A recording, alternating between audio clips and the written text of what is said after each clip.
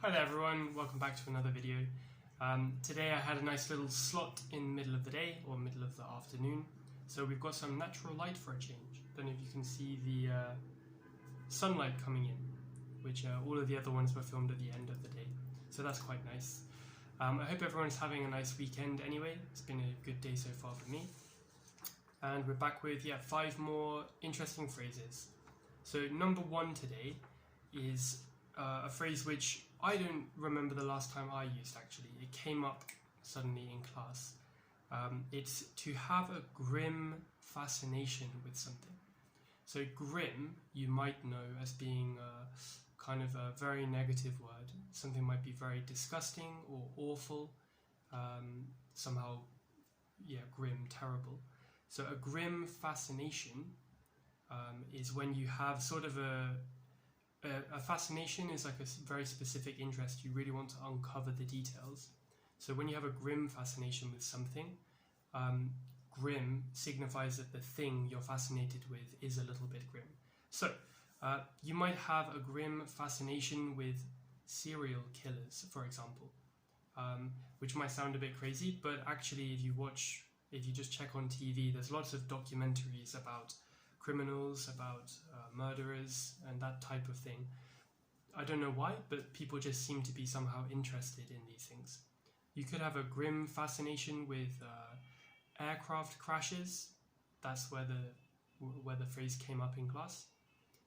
What else? A grim fascination with I don't know, what happens to the body after you die. A grim fascination with diseases, that type of thing. They're all a bit grim, but interesting in some way, or to some people. Number 2, I've always been, and commonly I've always been like that too.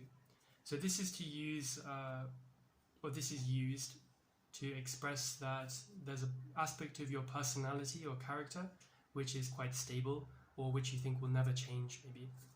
So someone might comment, I don't know, oh, Michael, you're a bit shy, and I could say, I've always been like that, or I've been like that since I was little too, but yeah. I've always been a little bit shy. I've always been nervous around new people, or something like that. Someone might say, wow, you did really well in that public speaking. Where did you learn to do that? And you could say, I've always been quite confident talking in front of people, to be honest. I've always been quite good at giving speeches. I used to do it when I was at school. So yeah, I've always been for an aspect of your character or self. Part of your identity is the word I'm looking for, I think.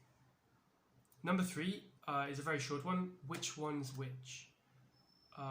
It's not very complicated to understand, but I don't think people would sort of build this structure by themselves, perhaps, because it sounds a bit funny.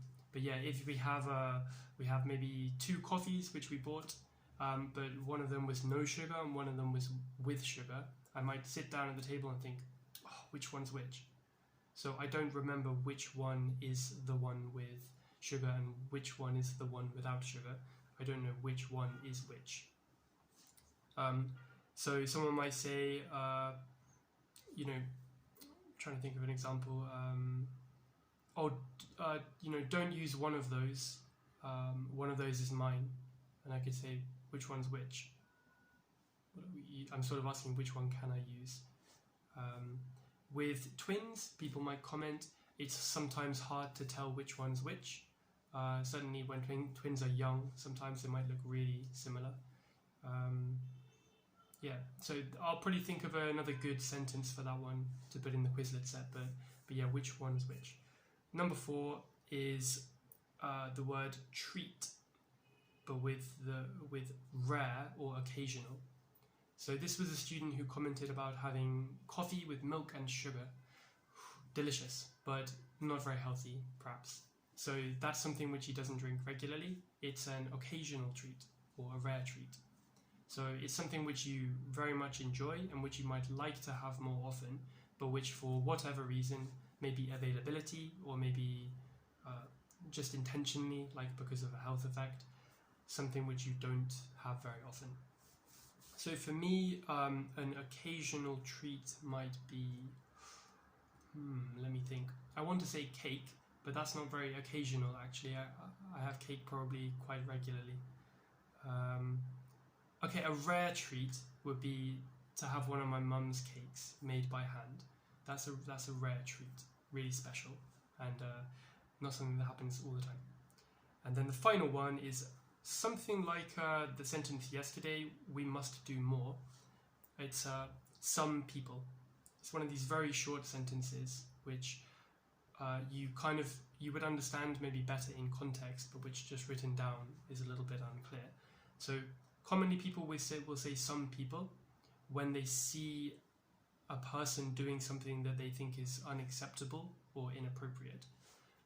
So an example would be if you see someone drive through a puddle and splash water all over people, you might sort of look at the driver of the car and say, some people. It's kind of a short form for some people are really awful, or some people really don't care about other people. Some people are the type of people I really don't like.